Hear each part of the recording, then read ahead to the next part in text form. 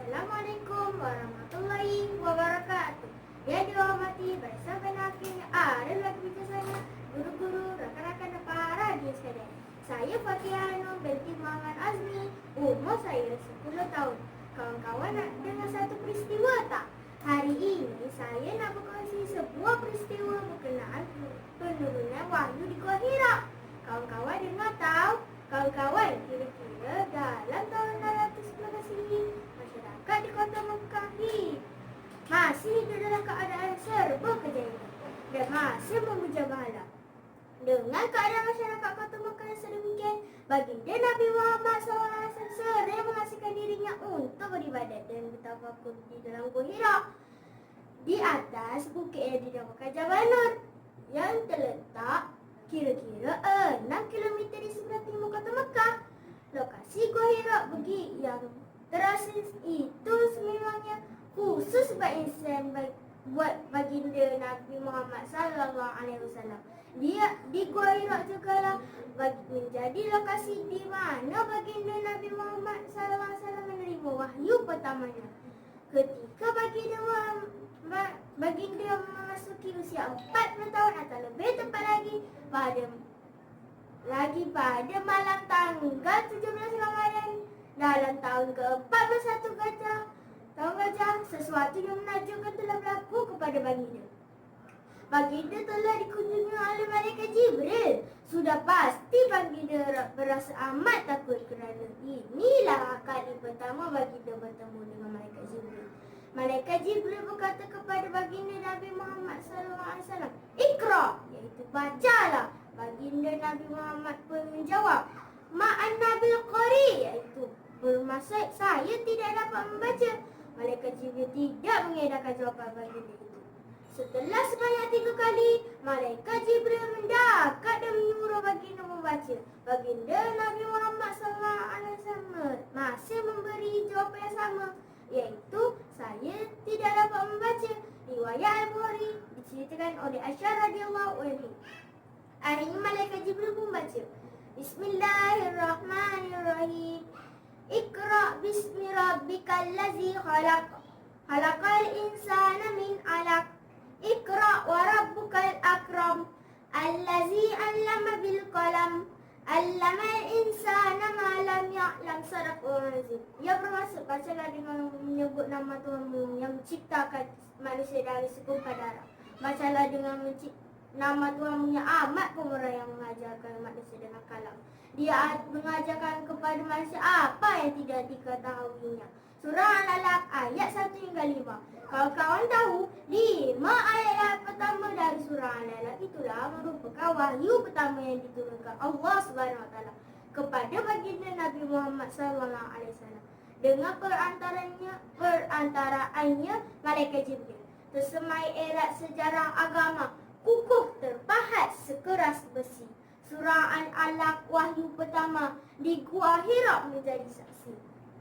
Kawan-kawan, wahyu Iqra nyata menjelaskan ilmu sebagai asas kepada tamadun Islam, penekanan terhadap kepentingan dan keperluan menuntut ilmu membuktikan bahawa Islam adalah satu agama yang memartabatkan ilmu pengetahuan. Baginda Rasulullah SAW pernah bersabda, "Thalabul ilmi faridatun ala kulli muslim." Maksudnya menuntut ilmu itu adalah wajib bagi setiap kaum muslim. Hadis riwayat Imam Ibnu Majah. Berdasarkan hadis tersebut, jelas bahawa menuntut ilmu itu adalah satu perkara yang penting dan menjadikan kewajipan bagi setiap orang muslim, baik laki maupun perempuan. Dalam surah Al-Alaq itu juga Nabi Muhammad SAW mula diajar supaya membaca wahyu yang diturun ke atasnya. Kedudukan serta martabat orang yang berilmu diangkat dan diletakkan di tempat yang lebih tinggi. Firman Allah Subhanahu Wa Taala dalam surah Al-Mujadalah ayat 11. Bismillahirrahmanirrahim. Yarfa'illahu allazina amanu minkum wallazina utul ilma darajat. Wallahu bima ta'maluna khabir. Maksudnya, Allah akan meninggikan orang-orang yang beriman di antaramu dan orang-orang yang diberi ilmu pengetahuan beberapa derajat. Ilmu dapat membentuk kepribadian yang baik dan menjadikan seseorang itu bertakwa. Ilmu adalah salah satu langkah bagi menjana pembangunan negara. Kerana melalui ilmu sahajalah yang dapat membezakan antara yang hak atau yang batil. Berbalik kepada kisah baginda Nabi Muhammad SAW di Gua Hira tersebut, baginda Nabi Muhammad SAW segera pulang dengan penuh rasa gemetar, lalu meminta isterinya Sayyidatina Khadijah menyelamatkannya.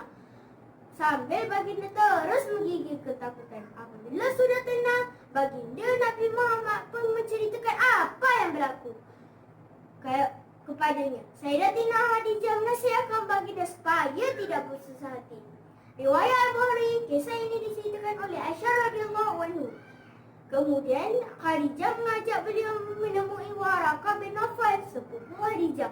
Dia seorang alim, penganut Nasrani. Dia seorang tua dan buta. Wahai sepupuku, dengar cerita anak saudaramu ini. Ujar Sayyidatina Khadijah. Apa yang telah kamu lihat, wahai anak saudaraku? Soal Waraqah.